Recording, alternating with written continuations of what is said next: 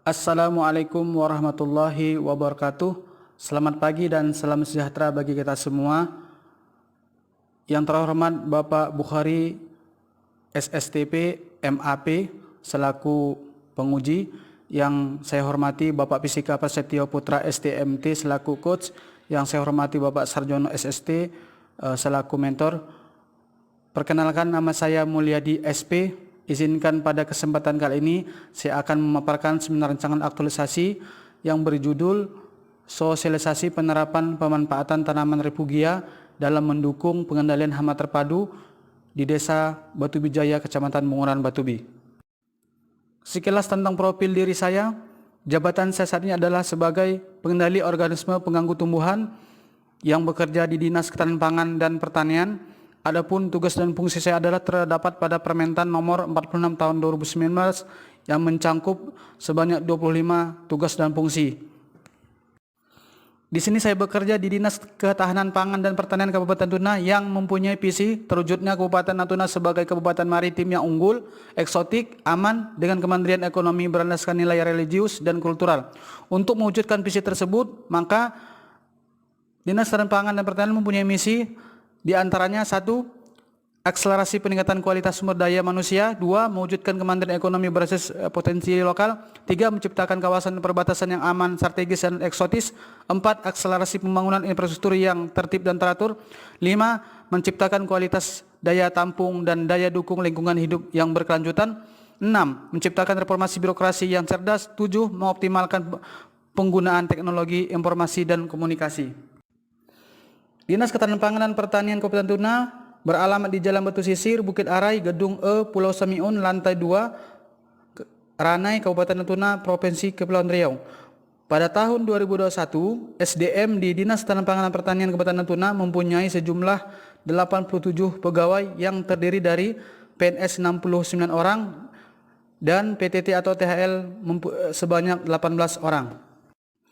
Untuk struktur organisasinya tahun 2021 sampai 2022 ini, Dinas Ketahanan Pangan dan Pertanian Kabupaten Natuna dipimpin oleh seorang kepala dinas yang bernama Ibu Sri Hariningsi SMSI, dibantu oleh sekretaris yaitu Bapak Asmara Juwana Suhardi STMSI. Adapun nilai organisasi yang terkandung di struktur organisasi ini yaitu Tukohni, singkatan dari tulus, kompak, tangguh, melayani.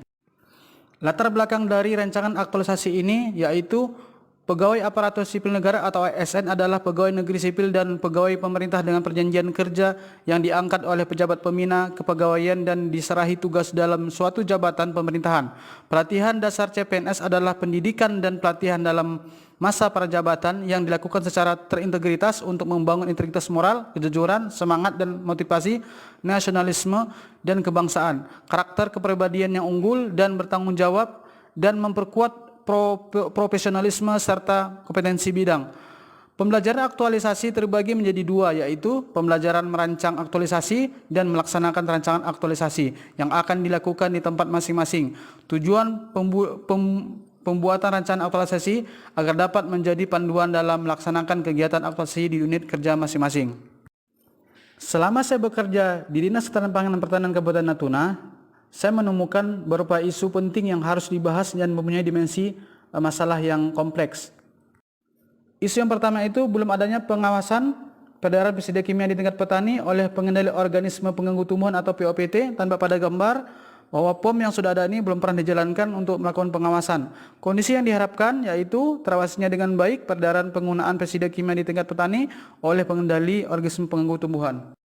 Isu yang kedua yaitu belum adanya penerapan tanaman refugia dalam mendukung pengendalian hama terpadu atau PHT. Tanpa pada gambar, tanaman pak cabai dan tanaman papaya ini di sela antara bedeng itu tidak ada ditanami tanaman refugia. Kondisi yang diharapkan yaitu setiap petani dapat melakukan penerapan pemanfaatan tanaman refugia dalam mendukung pengendalian hama terpadu. Isu yang ketiga yaitu kurangnya pemahaman mengenai dampak penggunaan pestisida kimia secara terus-menerus.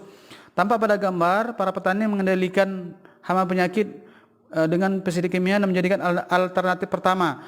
Kondisi yang diharapkan yaitu petani lebih selektif dalam menggunakan pestisida dan tidak bergantung dengan pestisida kimia secara terus-menerus.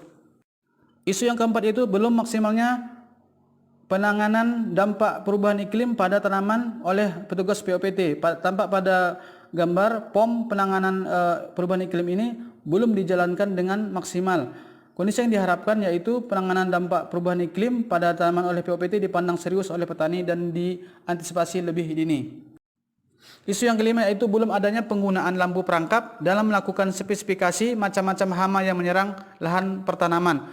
Tampak pada gambar, POM pengamatan ini terhadap perangkap belum dijalankan dengan maksimal. Kondisi yang diharapkan yaitu penggunaan lampu perangkap menjadi pilihan bagi petani dalam melakukan spesifikasi jenis-jenis hama. Isu yang keenam yaitu belum maksimalnya kegiatan pengamatan mengenai OPT untuk mengumpulkan data dasar di lapangan. Tanpa ada pada gambar, POM pengamatan OPT ini belum dijalankan oleh petugas atau penyuluh sehingga kondisi yang diharapkan yaitu pengamatan mengenai organisme pengganggu tumbuhan OPT tertata dan terlaksana dengan rapi. Untuk menentukan core isu dari 6 isu yang diangkat, saya menggunakan teknik tapisan dengan AVKL dan USG. Selanjutnya, penetapan core isu saya lakukan dengan menggunakan teknik AVKL dan USG. Teknik yang pertama yaitu AVKL, di mana saya ingin mendapatkan isu-isu yang memenuhi syarat dari ke-6 isu tersebut. Adapun setelah dilakukan teknik AVKL ini ada 3 isu yang memenuhi syarat. Yang pertama adalah belum adanya penerapan penggunaan dan penanaman tanaman refugia dalam mendukung pengendalian hama terpadu. Yang kedua adalah belum maksimal pentingnya penanganan dampak perubahan iklim. Yang ketiga adalah belum maksimal kegiatan pengamatan mengenai organisme pengganggu tumbuhan. Nah, teknik ini menggunakan 4 kriteria. Yang pertama adalah aktual. Aktual artinya di mana isu-isu ini masih hangat dibicarakan di tingkat petani. Kemudian problematik, di mana isu-isu ini mempunyai dimensi masalah yang kompleks. Kelayakan, isu yang dibahas atau yang diangkat merupakan isu yang menyangkut hajat hidup orang banyak. Layak, isu yang diangkat ini merupakan isu yang masih relevan atau berhubungan dengan tugas dan fungsi saya sebagai POPT. Kemudian setelah mendapatkan 3 isu yang memenuhi syarat, saya akan mencari satu isu yang mempunyai skor tertinggi. Oleh karena itu saya menggunakan teknik USG, di mana teknik USG ini mempunyai 3 kriteria, yaitu adalah urgensi, isu yang didapatkan merupakan isu-isu yang benar-benar bersifat mendesak. Kemudian seriousness, isu yang diangkat merupakan isu-isu yang serius sehingga perlu dicarikan solusi masalahnya. Kemudian yang ketiga adalah isu yang diangkat merupakan isu yang mempunyai dampak perkembangan jika tidak dikendalikan dengan segera. Dari ketiga isu yang setelah kita sampaikan tadi, di USG ini saya mendapatkan isu yang mempunyai skor 15 tertinggi dari yang lain, yaitu belum adanya penerapan penggunaan dan penanaman tanaman refugia dalam mendukung pengendalian hama terpadu. Artinya apa? Isu ini sangat layak, bersifat mendesak dan segera untuk dilakukan dalam mengendalikan hama penyakit di pertanaman petani. Setelah dilakukan penapisan dengan menggunakan AVKL dan USG, maka didapatkanlah sebuah gagasan isu, yaitu belum adanya penerapan penggunaan dan penanaman tanaman refugia dalam mendukung pengendalian hama terpadu. Setelah mendapatkan rumusan isu, yaitu belum adanya penerapan penggunaan dan penanaman tanaman refugia dalam mendukung pengendalian hama terpadu, kemudian untuk menentukan faktor-faktor penyebab dari rumusan itu tersebut, maka saya menggunakan teknik analisis wishbone yang mempunyai 6 kriteria, yaitu man, method, material, measurement, machine, value. Pada man, penyebab yang pertama yaitu kurang paham pengembangan hama terpadu yang disebutkan juga oleh belum ada sosialisasi tentang PHT. Kemudian selanjutnya adalah penyebabnya kurang paham manfaat refugia yang juga disebabkan oleh belum ada sosialisasi tentang refugia. Pada metode, penyebabnya yaitu belum diterapkan konsep PHT yang disebabkan juga belum ada sosialisasi konsep PHT. Pada material, penyebabnya yaitu belum tersedia agen pengendali hayati dan belum paham jenis tanaman yang termasuk tanaman refugia. Penyebabnya adalah belum ada sosialisasi tentang jenis tanaman termasuk tanaman refugia. Pada measurement, belum ada mekanisme tindak lanjut pengembangan refugia dalam PHT. Kemudian pada mesin, penyebabnya itu belum ada bahan edukasi seperti leaflet dan brosur tentang refugia, belum ada sarana informasi cara pengendalian hama terpadu dengan refugia yang juga disebabkan oleh perlu dilakukan sosialisasi tentang PHT dengan refugia. Pada milieu, kemudian penyebabnya itu literasi petani masih kurang tentang refugia dalam PHT yang disebutkan oleh belum ada asosiasi tentang refugia dalam PHT. Kemudian penyebab lainnya adalah kurang komunikasi petugas dengan petani.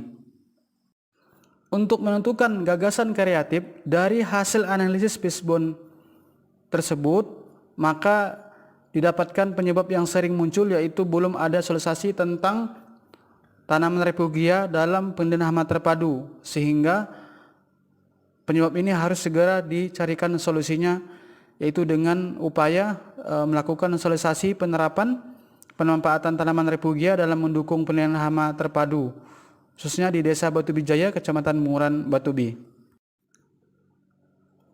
Untuk tahapan kegiatan di sini, saya menentukan sebanyak 6 kegiatan yang akan dilakukan. Kegiatan yang pertama yaitu melakukan konsultasi dengan mentor mengenai rencana kegiatan sosialisasi penerapan pembuatan refugia dalam mendukung PHT. Tahapan yang saya lalui yaitu 1. Mencari data kelompok tani yang akan mengikuti sosialisasi. Yang kedua yaitu membuat janji untuk bertemu dan berkonsultasi. Yang ketiga yaitu melakukan konsultasi dengan mentor terkait rencana kegiatan sosialisasi. Yang keempat yaitu meminta persetujuan rencana kegiatan sosialisasi. Kegiatan ini mendukung misi DKPP Kabupaten Natuna yaitu akselerasi peningkatan kualitas sumber daya manusia. Adapun nilai yang terkandung yaitu nilai tulus, kompak, tangguh, dan melayani. Kegiatan yang kedua yaitu pengadaan bibit refugia siap tanam sebagai contoh dalam pengendalian hama terpadu. Tahapan yang saya lalui pertama yaitu berkoordinasi dengan petani yang sudah menyamaikan bibit tanaman refugia. Kedua adalah menyiapkan bahan polybag untuk pindah tanam. Ketiga adalah menanam bibit tanam refugia ke dalam polybag untuk dijadikan kegiatan penanaman. Kegiatan ini mendukung misi ketiga dan kelima Dinas Ketahanan Pangan dan Pertanian Kabupaten Natuna atau disingkat dengan DKPP Kabupaten Natuna, yaitu menciptakan kawasan perbatasan yang aman, strategis, eksotik, menciptakan kualitas daya tampung dan daya dukung lingkungan hidup yang berkelanjutan. Nilai yang terkandung adalah nilai tulus, kompak, tangguh, melayani. Kegiatan yang ketiga yaitu membuat media sosialisasi berupa slide, PowerPoint, dan leaflet. Tahapan yang selanjutnya yaitu mencari referensi tentang tanaman refugia sebagai pengendali hama terpadu. Kedua adalah tersedianya desain leaflet dan PowerPoint yang menarik. Ketiga yaitu mengkonsultasikan media sosialisasi dengan mentor. Yang keempat yaitu mencetak leaflet sesuai dengan kebutuhan. Kegiatan ini mendukung misi ke-1, 6, dan 7 di KPP Kabupaten Natuna yaitu akselerasi peningkatan kualitas SDM, menciptakan reformasi birokrasi yang cerdas, mengoptimalkan penggunaan teknologi informasi dan komunikasi. Nilai yang terkandung yaitu tulus, kompak, tangguh, dan melayani. Kegiatan yang keempat yaitu persiapan kegiatan sosialisasi penerapan pemanfaatan refugia dalam mendukung PHT. Tahapan yang pertama yaitu melakukan koordinasi dengan ketua kelompok tani. Tahapan kedua itu membuat surat undangan peserta sosialisasi. Yang ketiga itu membuat daftar hadir peserta sosialisasi. Yang keempat yaitu mengirim surat undangan. Kegiatan ini mendukung misi ke-1, 4, dan 7 di KPP Kabupaten Natuna yaitu akselerasi peningkatan kualitas SDM, akselerasi pembangunan infrastruktur yang tertib dan teratur, mengoptimalkan penggunaan teknologi informasi dan komunikasi. Nilai yang terkandung adalah tulus, kompak, tangguh, dan melayani. Kegiatan yang kelima yaitu pelaksanaan kegiatan sosialisasi pada kelompok tani. Tahapan yang saya lalui pertama menyiapkan bahan dan alat yang diperlukan dalam kegiatan sosialisasi. Kedua yaitu menjalankan absensi kehadiran peserta. Yang ketiga itu sosialisasi pemanfaatan tanaman refugia sebagai pengendali OPT. Yang keempat yaitu melakukan penutupan acara sosialisasi. Kegiatan ini mendukung misi DKPP Kabupaten Natuna yaitu akselerasi peningkatan kualitas SDM, akselerasi pembangunan infrastruktur yang tertib dan teratur, menciptakan kualitas daya tampung dan daya dukung lingkungan hidup yang berkelanjutan, dan mengoptimalkan penggunaan teknologi informasi dan komunikasi. Nilai terkandung adalah nilai tulus, nilai kompak, nilai tangguh, dan nilai melayani. Kegiatan yang keenam atau kegiatan terakhir yaitu evaluasi dan penyusunan laporan hasil sosialisasi pemanfaatan tanaman refugia dalam mendukung PHT. Tahapan yang saya lalui adalah 1. Mengelola dan mengumpulkan data selama kegiatan sosialisasi. Yang kedua adalah merancang laporan aktualisasi. Yang ketiga adalah membuat laporan evaluasi. Yang keempat adalah berkonsultasi dengan mentor tentang evaluasi dan laporan. Kegiatan ini mendukung visi DKPP Kabupaten Natuna yaitu terwujudnya Kabupaten Natuna sebagai kabupaten maritim yang unggul, eksotik, aman dengan Kementerian Ekonomi berlandaskan nilai religius dan kultural. Nilai yang terkandung yaitu nilai tulus, nilai kompak, nilai tangguh, dan nilai melayani. Selanjutnya, saya menyusun jadwal pelaksanaan kegiatan. Kegiatan pertama yaitu melakukan konsultasi dengan mentor mengenai rencana kegiatan sosialisasi penerapan pemanfaatan refugia dalam mendukung PHT. Kemudian saya jadwalkan pada bulan September minggu keempat, yaitu pada tanggal 23 sampai tanggal 27. Kegiatan kedua itu pengadaan bibit refugia siap tanam sebagai contoh dalam pengadaan hama terpadu. Itu saya tetapkan pada bulan September minggu keempat pada tanggal 28 sampai tanggal 31, dan dilanjutkan dengan bulan Oktober minggu pertama, itu pada tanggal 1 sampai tanggal 7. Kegiatan yang ketiga itu membuat media sosialisasi berupa slide PowerPoint dan leaflet. Itu saya jadwalkan pada bulan Oktober minggu kedua pada tanggal 8 sampai 14 Oktober. Kegiatan keempat itu persiapan kegiatan sosialisasi penerapan pemanfaatan tanaman refugia dalam menunjang PHT. Itu saya jadwalkan pada bulan Oktober minggu kedua pada tanggal 10 dan tanggal 14 sampai tanggal 14, dilanjutkan dengan minggu ketiga dari tanggal 15 sampai tanggal 17. Kemudian kegiatan yang kelima yaitu pelaksanaan kegiatan sosialisasi pada kelompok tani. Saya jadwalkan pada bulan Oktober minggu ketiga, yaitu jatuh pada tanggal 18 sampai dengan tanggal 20. Kegiatan yang terakhir yaitu evaluasi dan penyusunan laporan hasil sosialisasi pemanfaatan tanaman refugia dalam mendukung penelitian hama terpadu. Itu saya jadwalkan pada bulan Oktober minggu keempat, yaitu tanggal 21 sampai tanggal 30. Kemudian dilanjutkan dengan bulan November minggu ke-1 atau minggu pertama, itu pada tanggal 1 sampai tanggal 3. Demikian paparan rancangan aktualisasi saya. Mohon maaf jika ada kesalahan. Terima kasih atas perhatiannya. Wassalamualaikum warahmatullahi wabarakatuh.